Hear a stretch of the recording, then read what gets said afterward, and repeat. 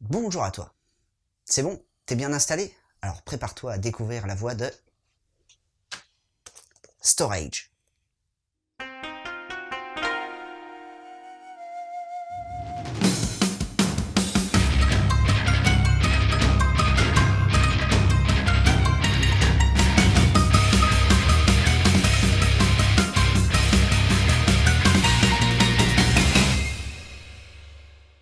Tout se passe en 2019. La ville de Tokyo est en pleine effervescence car les JO vont y être disputés. Et il faut construire les structures, donc il y a beaucoup de travail. Tout pourrait paraître super comme ça, sauf qu'une série de meurtres un peu chelous est perpétrée. En effet, le corps des victimes est partiellement carbonisé et leur œil gauche vient à manquer. C'est l'inspecteur Aoba qui est en charge de l'affaire, mais pas que. Il est secondé par Hitomi Tachibana, qui est à la tête d'une sorte d'unité secrète spéciale EIMO, soit l'équipe d'investigation par mémoire oculaire.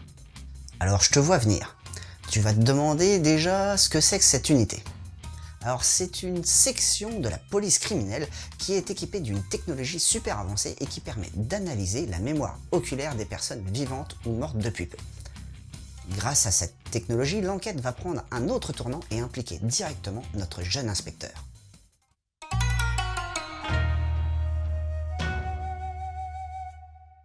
Pour le design, il est un peu typé à la Taniguchi par moment, ce qui rend certains traits de personnages très européens.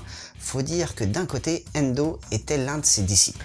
J'ai d'ailleurs bien aimé le côté un peu crayonné des visages de personnages qui donne une particularité au dessin et lui permet ainsi de sortir du lot. C'est d'ailleurs ceci qui peut lui permettre de toucher plus facilement le public habitué aux BD franco-belges. L'un des seuls regrets que j'aurais à dire sur le dessin est le fait que les arrière-plans soient un peu trop simples dans leur réalisation. On n'a quasiment aucun arrière-plan super détaillé. Pour le découpage des cases, lui, il est bien orchestré avec des arrangements de pages assez fluides, des coupes diagonales et même des superpositions qui donnent du rythme à la narration. On pourra aussi observer un superbe travail sur la jaquette avec une excellente dualité entre le criminel et le policier.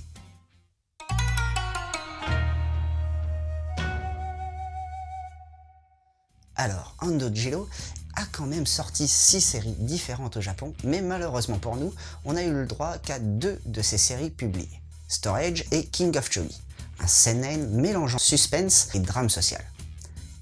Bon, les autres séries qu'il a fait en manga sont presque toutes interdites aux mineurs et c'est peut-être ça qui a freiné les éditeurs français à les publier. Au passage, il a aussi travaillé avec Honda Tetsuya sur la série L'Ange de l'Ombre. Passons maintenant à ce que j'ai pensé de ce manga. Alors tout d'abord, si t'es pas super fan des thrillers sur fond d'anticipation, je pense que tu peux passer ton chemin, car avec Storage, on est en plein dedans. La technologie a évolué tellement en 2019 que l'on peut tout enregistrer et que le moindre de nos souvenirs peut être enregistré.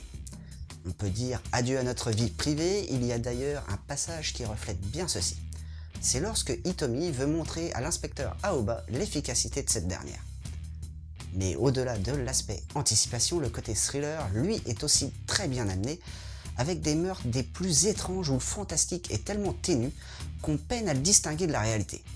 Pour résoudre ces mystères, l'inspecteur Aoba va mettre en lien tous les éléments afin de trouver la solution, et tout cela sans ellipse scénaristique. Car, petit rappel, cette série est en 2 tomes, et faire un scénario qui tient la route et qui est tout aussi haletant, c'est pas permis à tout le monde, moi je vous le dis. À la fin de ce tome, une question importante reste en suspens, et elle concerne notre jeune inspecteur.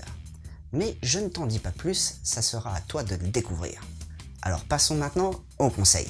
Tout d'abord, pour te familiariser encore plus avec l'auteur, je te conseillerais de te pencher sur King of Chogi, où le jeune Shion va essayer d'élucider le mystère de l'assassinat de ses parents en participant à des combats de Chogi. Ensuite, on va partir sur un film, Minority Report, qui est une œuvre de Steven Spielberg qui nous propulse en 2054, et à cette époque, Washington ne connaît plus de crimes, car elle a créé une unité qui a pour but d'intercepter les pré-criminels. Et enfin, pour finir, le livre Flash Forward de Robert J. Sawyer.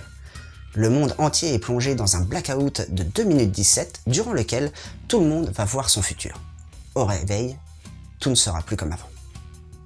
Et voilà, c'était Boubou. J'espère que tout mon blabla t'aura plu et surtout donné envie de lire Storage. Allez, je te laisse, et surtout, continue de suivre la voie du manga.